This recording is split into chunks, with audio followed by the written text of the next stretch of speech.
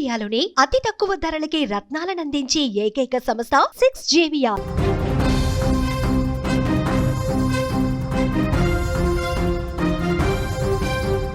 కర్ణాటకలో మరో పరువు హత్య. ప్రేమించిన పాపానికి పసి ప్రాణం బలైపోయింది.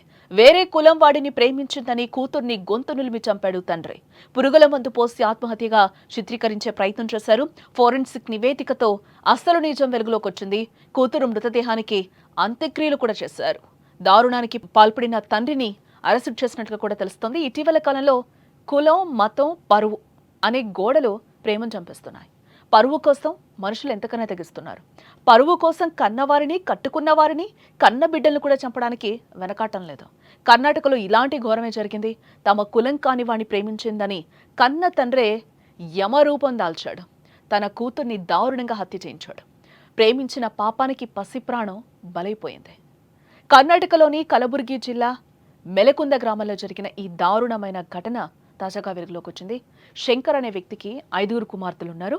ఆయన చిన్న కూతురు కవిత వేరే కులానికి చెందిన యువకుడిని ప్రేమించింది. కన్న కూతురు వేరే కులానికి చెందిన అబ్బాయిని ప్రేమించడం ఆ తండ్రి శంకర్కి ఏమాత్రం నచ్చలేదు.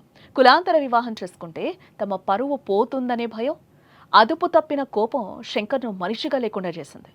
కుటుంబ పరువు పోతుందని, మిగతా కుమార్తెల పెళ్లిళ్ళు ఆగిపోతాయని ఆందోళనలో ఉన్న శంకర్ ఎలాగైనా కవితను ఆ ప్రేమ నుంచి బయటకు తీసుకురావాలని ప్రయత్నించాడు. బంధువుల సాయం కూడా తీసుకున్నాడు. కానీ కవిత మాత్రం తన నిర్ణయం అయితే అసలు మార్చుకోలేదు. తన ప్రేమను వదులుకోలేదు. దీంతో ఆగ్రహానికి గురైన శంకర్ కన్న కూతుర్ని గొంతు నులిమి చంపేశాడు. తర్వాత ఆమె నోట్లో పురుగుల మందు పోసి దాన్ని ఆత్మహత్యగా చిత్రీకరించే ప్రయత్నం కూడా చేశారు కుటుంబ సభ్యులు. గ్రామస్తులు కూడా ఇది ఆత్మహత్య అని నమ్మారు. మృతదేహానికి అంత్యక్రియలు కూడా జరిపారు. కానీ ఈ ఘటనపై అనుమానం వచ్చిన పోలీసులు ఫోరెన్సిక్ బృందంతో కలిసి దర్యాప్తును మొదలుపెట్టారు. ఫోరెన్సిక్ నివేదిక ఇది ఆత్మహత్య కాదని హత్య అని తేల్చింది.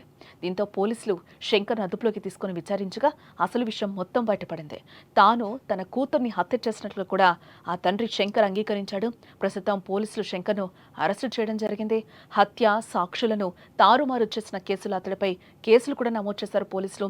ఈ ఘటనలో శంకర్తో పాటు మరో ఇద్దరు బంధువులకు కూడా ప్రమేయం ఉన్నట్లుగా పోలీసులు అయితే ప్రస్తుతం అనుమానిస్తున్నట్లుగా తెలుస్తుంది. ఇంకా దర్యాప్తు అయితే కొనసాగుతోందని, వారు కూడా దోషులుగా తేలితే వారిని కూడా అరెస్టు చేస్తామని కూడా కలబుర్గి కమిషనర్ అంటున్నారు. ఏదేమైనా ఒక తండ్రి పరువు కోసమో, ఆస్తి కోసమో సొంత కూతురి ప్రాణాలను బలి తీసుకోవడం అత్యంత దారుణమైన విషయం. ఇలాంటి ఘటనలు సమాజంలో విలువలు ఎలా దిగజారిపోతున్నాయో స్పష్టం చేస్తున్నాయి. డబ్బు, పరువు మనుషులను రాక్షసులుగా మార్చేస్తున్నాయి అని ఈ ఘటన మరోసారి నిరూపిస్తోంది. ఇకనైనా ప్రభుత్వం ఇలాంటి దారుణాలకు పాల్పడిన వారిపై కఠిన చర్యలు తీసుకోవాలని ప్రజలు కోరుతున్నారు.